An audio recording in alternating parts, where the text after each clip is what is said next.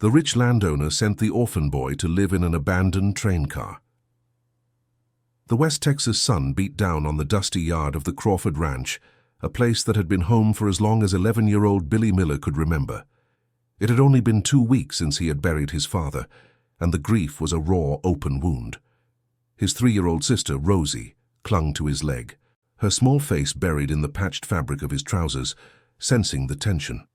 Mr. Crawford, a heavy-set man whose wealth was announced by his Stetson hat and rattlesnake boots, loomed over them with a cruel smirk.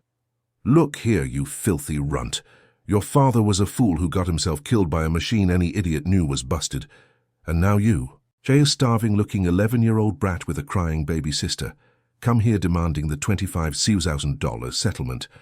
The only thing the family of a useless ranch hand deserves is that rusted-out boxcar that's been rotting on the backlot for 30 years. There's your inheritance. And if you ever set foot on my ranch again, I'll call the authorities to take your sister to a state home in Dallas and you to a juvenile hall where you'll learn some respect." Now, before we continue with Billy's journey, we want to be transparent with you. This story was crafted with the help of artificial intelligence to build the narrative structure, but it was infused with human sensitivity to convey a powerful and genuine message to our real audience. That's you. We believe these stories have a heart, and we'd love to know where that heart is reaching. Please take a moment to comment with the city or country you're watching from. It helps us feel connected to our community.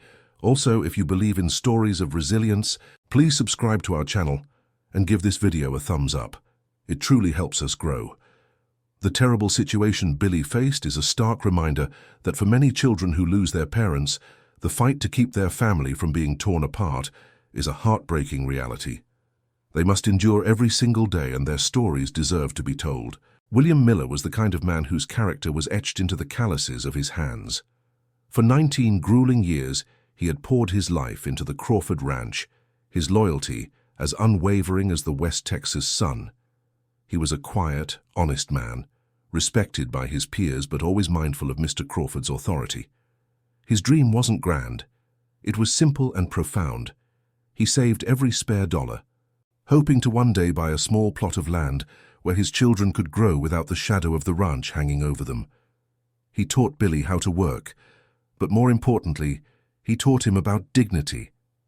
In their quiet moments after a long day, he would look his son in the eye and say, "Miller men don't break." It was more than a phrase. It was a creed, a legacy of resilience he was passing down, never imagining how soon his 11-year-old son would need to live by it. The family's first wound was the loss of Grace Miller 3 years before William's death. She passed away while bringing little Rosie into the world, a tragedy that reshaped their small universe.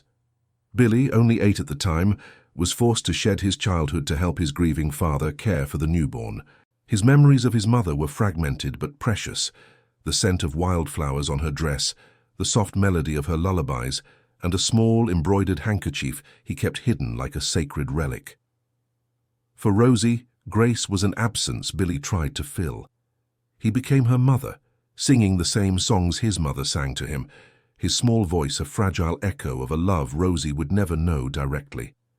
Grace's death left them emotionally exposed, a wound that never truly healed, and was brutally torn open again by the loss of their father, leaving them utterly alone in the world. Before the silence fell, Billy's life had a different rhythm. He was just a boy trailing his father's footsteps across the dusty ranchlands, his small hands trying to mimic his father's skilled movements. He learned the language of the earth, the signs of a coming storm, and the weight of a hard day's work. But his most important lessons came from William's quiet strength.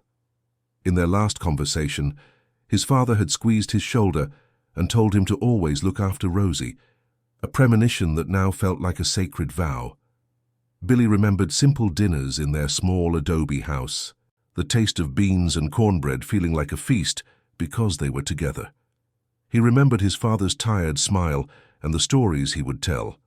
Now, those memories were ghosts, reminders of a life and an innocence that had been stolen from him, replaced by the crushing weight of a promise he had to keep.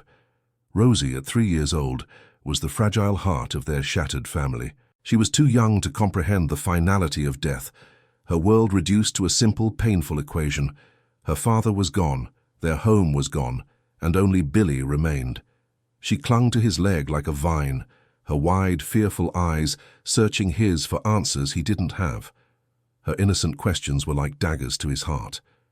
"Is Daddy coming back soon?" she'd whisper at night, her small body trembling from the cold. "Why do we live here?" she'd ask, looking around the rusted interior of the boxcar. Billy shielded her from the truth as best he could, giving her the larger share of whatever meager food he found and wrapping her in his arms to chase away the nightmares. She was his entire purpose, the living embodiment of his family's legacy. And the threat of losing her was a terror far worse than hunger or cold. Their home had been a small, modest adobe house on the far edge of the Crawford Ranch. It was humble, with patched walls and a worn wooden door, but inside it was a sanctuary. It was where Grace had sung her lullabies, where William had taught Billy to read by the light of a kerosene lamp, and where the scent of his mother's cooking had once filled every corner. Though poor, the house was rich with a love that made them feel safe from the harsh world outside. Losing it after William's death was more than losing shelter. It was losing the last physical connection to their parents. Every wall, every floorboard held a memory of laughter and security. Now, that warmth was replaced by the cold, unforgiving metal of the abandoned boxcar, a constant, brutal reminder of everything they had lost and the love that had been violently ripped away from them, leaving only an empty echo. Mr. Crawford's cruelty was not a spontaneous act. It was a well-practiced art. Throughout the county he was known for his ruthless pursuit of profit, a reputation built on the backs of exploited workers. William's death was not the first accident to occur on the ranch due to neglected machinery. For years William had politely mentioned the thresher's faults, and for years Mr. Crawford had dismissed his concerns with a wave of his hand, unwilling to spend a dime on the safety of the men who made him rich. He had made countless hollow promises to William, of better pay, of a small bonus, of future security, all lies designed to keep a good man working for pennies. The contempt he showed Billy was merely an extension of the disdain he held for his father, and every other worker he saw as nothing more than a replaceable tool. This injustice was not a single event. It was a legacy of abuse. The news of William Miller's death arrived not with sympathy, but with the cold finality of a business transaction. The foreman delivered the message bluntly, his words devoid of compassion, callously recounting how William had been caught in the faulty thresher. Billy knew the truth. His father had warned Mr. Crawford about that machine for months, his concerns dismissed as the grumblings of a replaceable hand. The funeral was a sparse affair, a few quiet ranch hands gathering by a simple wooden coffin under the vast, indifferent Texas sky. Mr. Crawford made a brief theatrical appearance, placing a hand on Billy's shoulder and making hollow promises to take care of William's family. The words were a bitter poison, a lie so profound it choked the air. As the first handful of dirt struck the coffin, Billy understood he was truly alone, left with only the ghost of a promise from the man responsible for his father's grave. Those 2 weeks felt like a lifetime. The small amount of money William had saved, tucked away in an old coffee can, vanished with alarming speed. It was spent on bread, a little milk for Rosie, and other meager supplies that did little to stave off the gnawing hunger. The silence from the main ranch house was deafening, Mr. Crawford's promises dissolving into the dusty air. Billy watched, helpless, as Rosie's already thin frame seemed to shrink, her usual toddler energy replaced by a weary listlessness. At night, her soft whimpers for food were a torment that twisted his insides, a pain far sharper than his own empty stomach. The fear of confronting the powerful rancher was a cold knot in his gut, but the terror of watching his sister starve was a raging fire that finally propelled him toward the source of his family's ruin. Holding Rosie's tiny hand in his, Billy walked the long, dusty road to the main ranch house, his heart pounding a frantic rhythm against his ribs. He had dressed them both in their cleanest, though heavily patched clothes, a small, desperate attempt to cling to the dignity his father had cherished. The ranch house stood in stark contrast to their world, a monument of white-painted wood and sprawling verandas, surrounded by a lawn so green it seemed to mock the arid landscape. Mr. Crawford was there, seated in a large wicker chair, sipping whiskey with his foreman. They watched the two small children approach, their faces etched with a cruel amusement. Billy stopped at the bottom of the porch steps, his back straight despite the trembling in his legs. He was an 11-year-old boy, standing before a giant who held the power to shatter what little was left of his world. Billy cleared his throat, his voice small but steady, as he inquired about the settlement, the money owed for his father's 19 years of labor. Mr. Crawford let out a harsh, barking laugh that made Rosie flinch. He leaned forward in his chair, his eyes glinting with malice as he looked down at the boy. "Look here, you filthy runt," he sneered, the words a physical blow. "Your father was a fool who got himself killed by a machine any idiot knew was busted.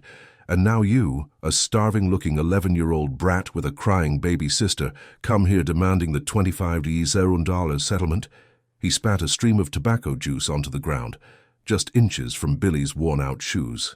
"The only thing the family of a useless ranch hand deserves is that rusted-out boxcar that's been rotting on the backlot for 30 years. There's your inheritance." The foreman chuckled, a low, ugly sound of agreement. As Rosie began to cry, burying her face in Billy's leg, Mr. Crawford's expression hardened into a mask of pure menace. He pointed a thick, accusing finger at the children, his voice dropping to a low growl that was more terrifying than his yelling. "And if you ever set foot on my ranch again," he threatened, "I'll call the authorities to take your sister to a state home in Dallas and you to a juvenile hall where you'll learn some respect." The threat hung in the air, a blade aimed at the very center of Billy's heart. With a final, contemptuous gesture, the rancher reached into his pocket and tossed a single rust-eaten key onto the ground. It landed in the dust between them, a symbol of their worth in his eyes.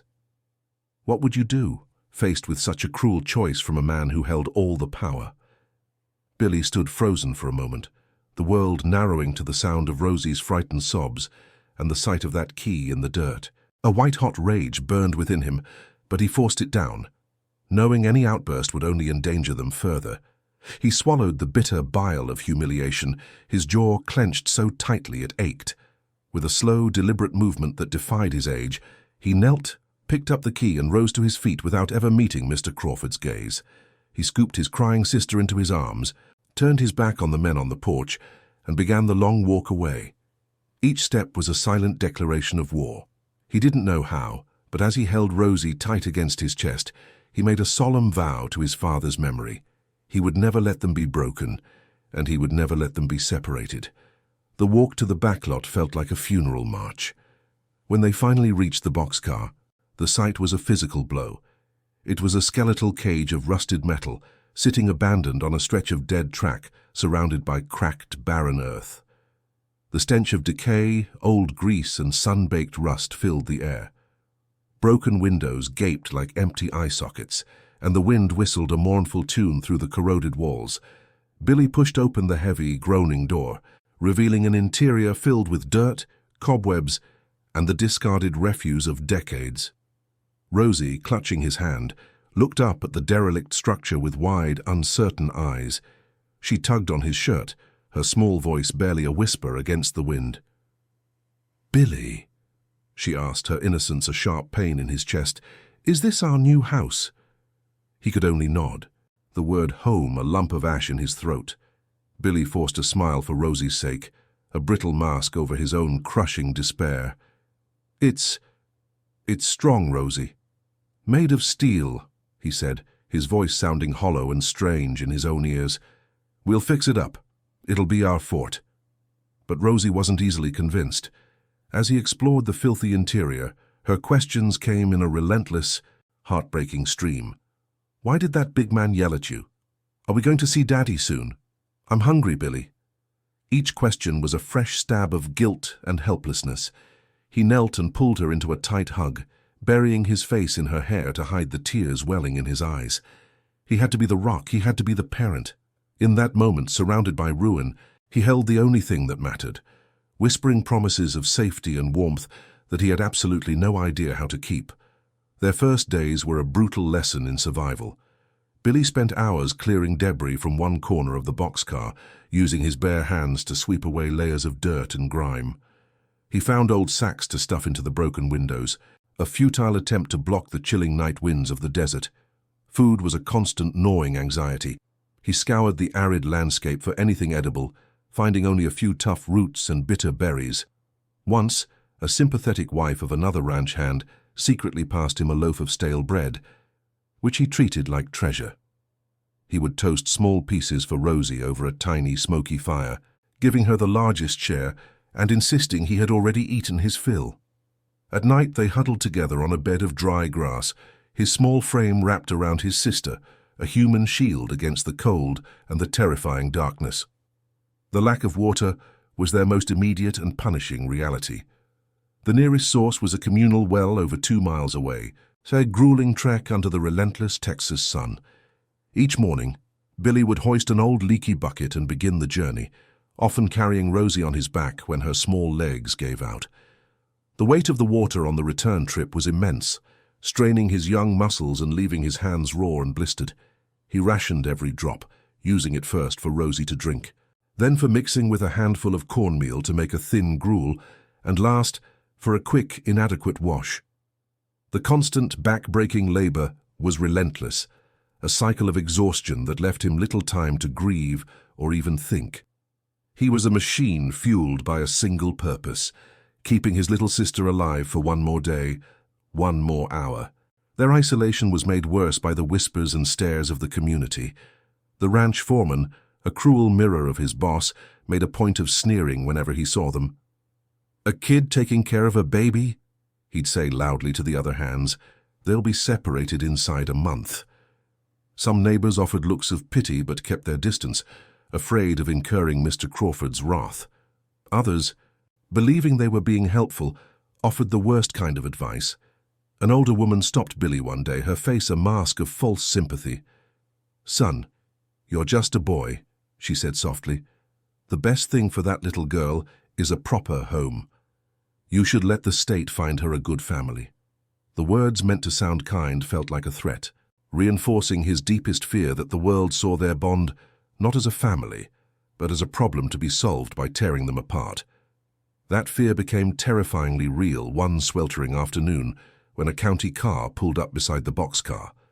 A stern-faced woman with a clipboard introduced herself as being from Child Welfare Services, explaining that she had received an anonymous report about their living conditions. Her eyes swept over their makeshift home with clinical disapproval, the patched windows, the meager fire pit, the 2 small children in worn-out clothes.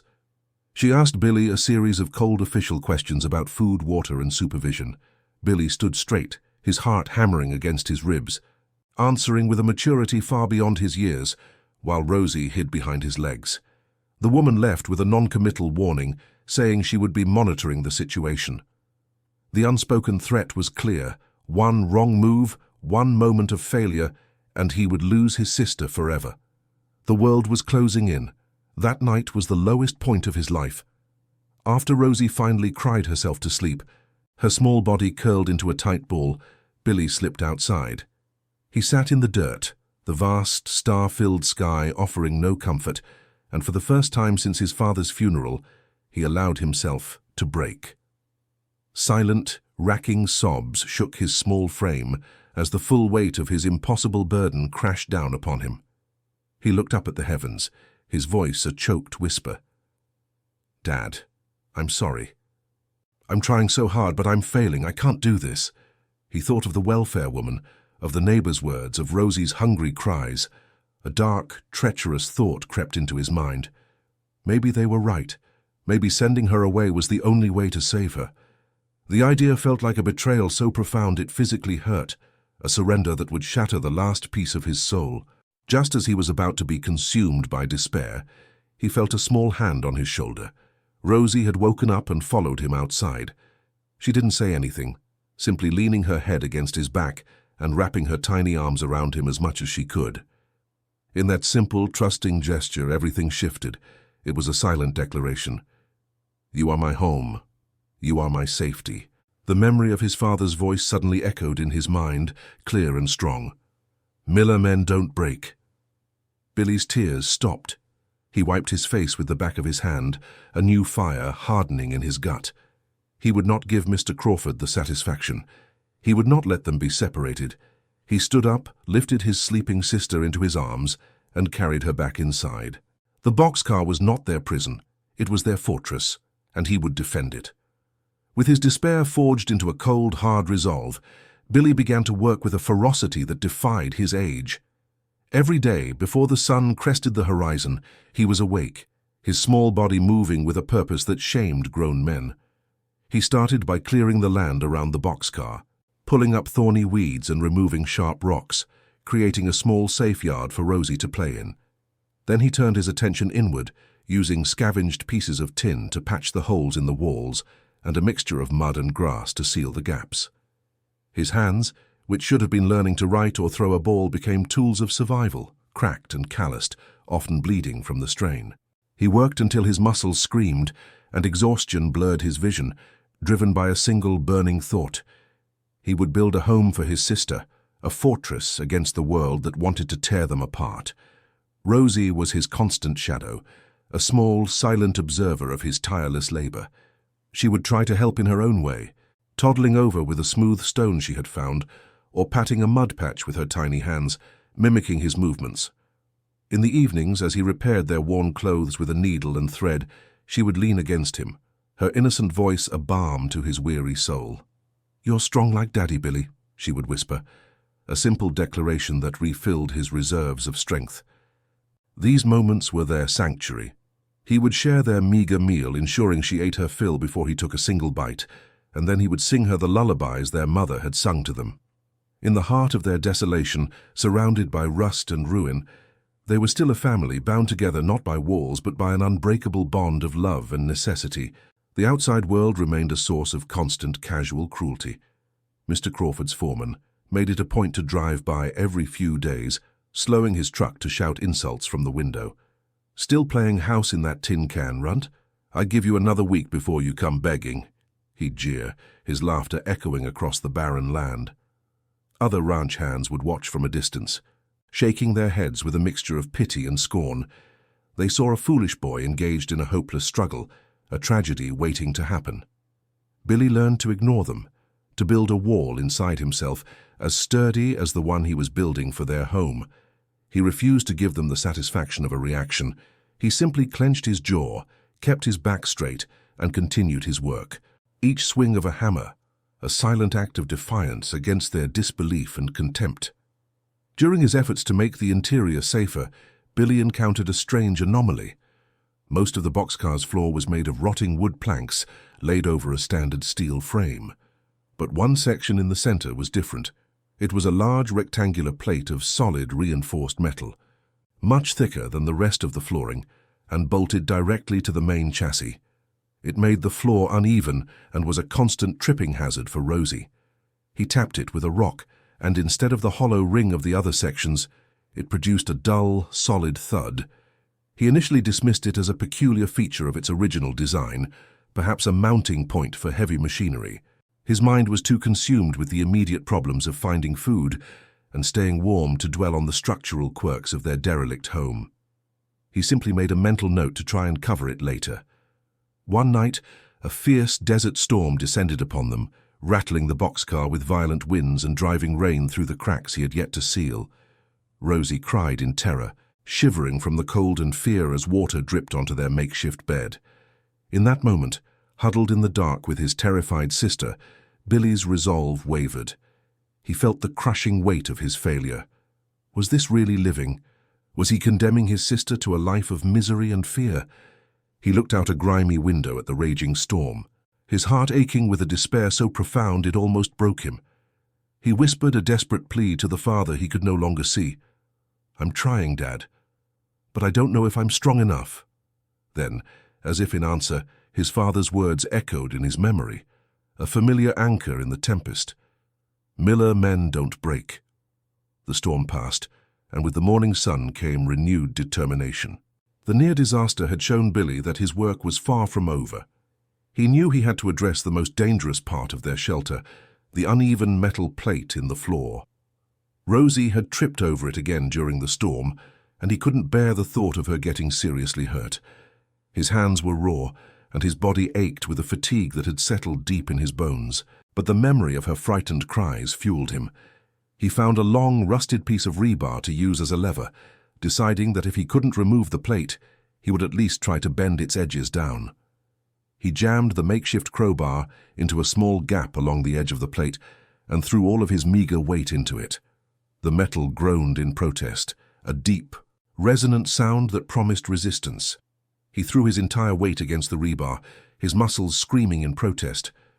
For a moment, nothing happened.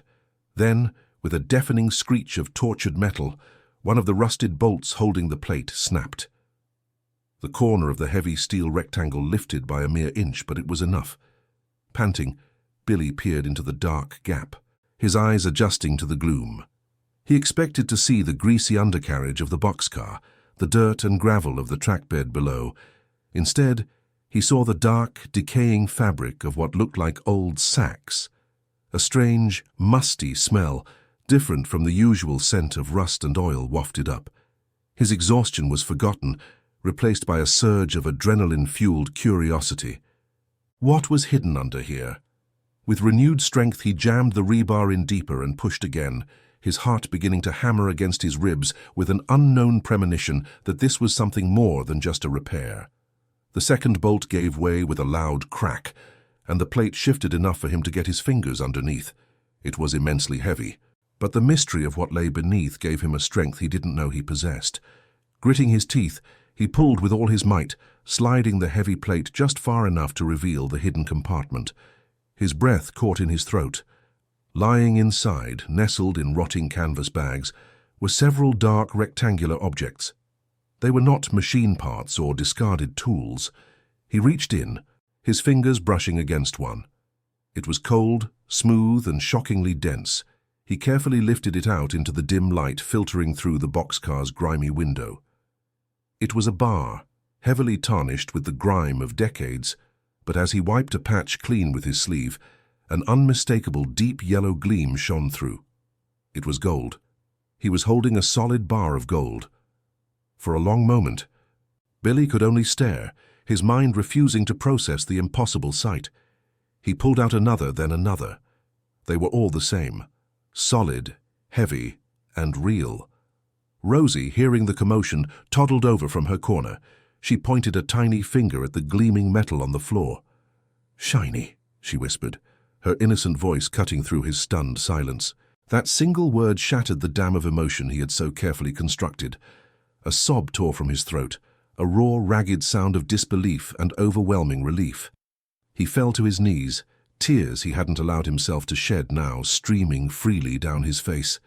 He laughed and cried at the same time, clutching the bar to his chest. He looked up at the ceiling, his voice a choked whisper. "Dad, Mom, you found us a home." Rosie, sensing his strange joy, wrapped her arms around his neck, and he held her tight, the weight of the gold, nothing compared to the weight lifting from his soul. After the initial wave of emotion passed, a cold, sharp reality set in. This discovery didn't just solve their problems, it created a new, far more dangerous one. He was an 11-year-old boy in possession of a fortune. If Mr. Crawford ever found out, he would claim it was his. The boxcar was on his land, a gift he had given out of contempt. He would use his power, his money, and his lawyers to take everything, and he would crush them in the process, likely fulfilling his threat to have them separated. The euphoria was instantly tempered by a chilling fear. With frantic urgency, he pushed the gold bars back into the hidden compartment and slid the heavy plate back over them, trying to make it look undisturbed. He then knelt in front of his sister, his expression more serious than she had ever seen. "Rosie, listen. The shiny things are our secret. We can't tell anyone. Promise me." He knew he couldn't do this alone. He needed help, but who could he trust in a world that had shown them nothing but cruelty and indifference? His mind raced through the faces of the townspeople until one settled in his thoughts. Mr. Jenkins, the old town historian. His father had always spoken of him with deep respect, describing him as a man of integrity who valued truth above all else. Mr. Jenkins had known his father and had always offered Billy a kind word, his eyes holding a sympathy that felt genuine. It was a risk, but it was the only one he had. He carefully took the smallest of the bars, wrapped it in the embroidered handkerchief his mother had made, and tucked it deep inside his pocket. As he held Rosie's hand preparing for the long walk to town, he knew this was the most important journey of his life. The boxcar was no longer their prison. It was their vault, and he was its sole protector. Mr. Jenkins moved with quiet efficiency. He contacted a lawyer in Austin who specialized in property rights, a man whose integrity was as solid as the gold bars themselves. News of the discovery, confirmed by an expert Mr. Jenkins trusted, spread through the county like a brush fire. It was a tale of biblical justice. The despised inheritance, the gift of contempt, had become a treasure. Enraged and humiliated, Mr. Crawford arrived at the boxcar in a cloud of dust, his face purple with fury. He was no longer on his own land. He was a trespasser on Billy's property. "That gold is mine, you little thief," he bellowed. "It was found on my land." But Billy, with Mr. Jenkins standing calmly beside him, did not flinch. He held up a copy of the deed transfer, a document Crawford himself had signed in mockery. "You gave me this land, Mr. Crawford. You said it was my inheritance." The legal battle that followed was the talk of West Texas. Mr. Crawford hired a team of expensive lawyers who argued the transfer of the boxcar was a temporary lodging agreement, not a gift of property. They painted Billy as an opportunistic squatter, but Mr. Crawford's own arrogance became his undoing.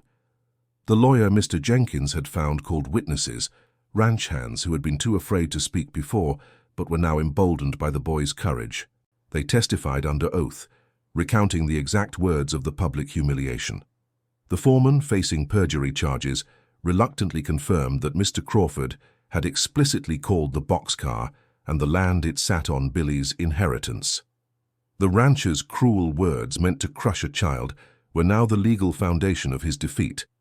The community that had once watched with pity now watched with pride, rallying behind the Miller children.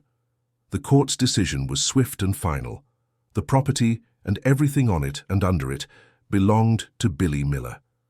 The 8 years that followed were a testament to his father's legacy. Guided by Mr. Jenkins, Billy sold the gold and invested the fortune with a wisdom that belied his age. He purchased the very plot of land his father had dreamed of, a beautiful stretch of pasture with a clear running creek. He built a comfortable, sturdy house where Rosie's laughter echoed in the halls.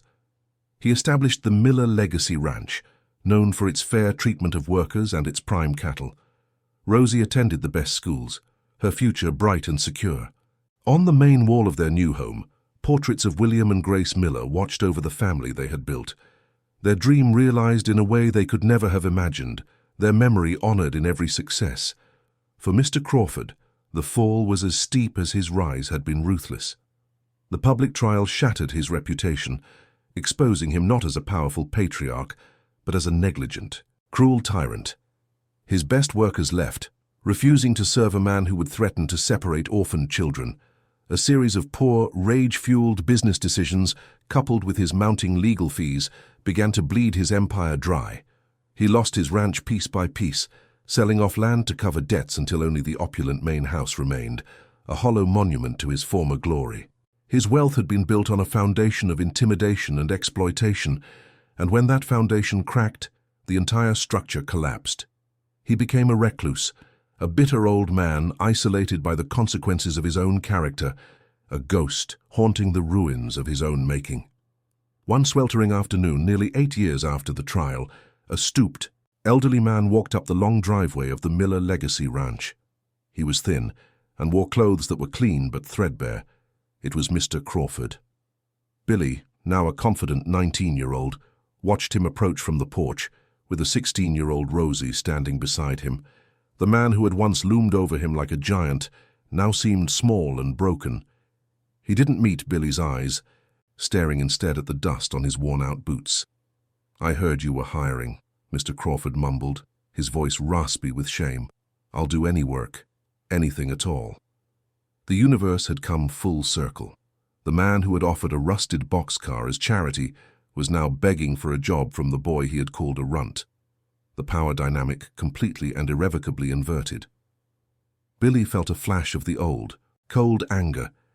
He remembered the hunger, the fear in Rosie's eyes, the chilling threat to tear them apart. He had every right to turn him away, to savor this moment of victory and send him away empty-handed. But then he looked at his sister, who was watching him, her expression full of trust. He looked at the prosperous ranch around them, a world built on resilience, not revenge. He thought of his father's words, the creed that had carried him through the darkest nights.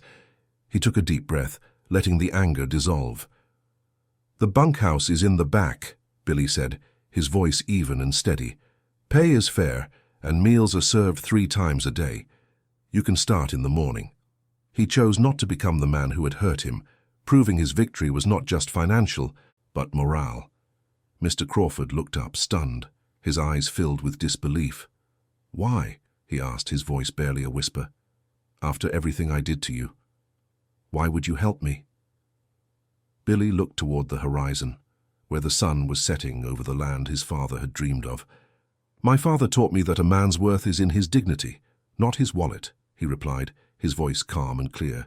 "You tried to take that from me, and you failed. I won't do the same to you." He then turned his gaze back to the old man.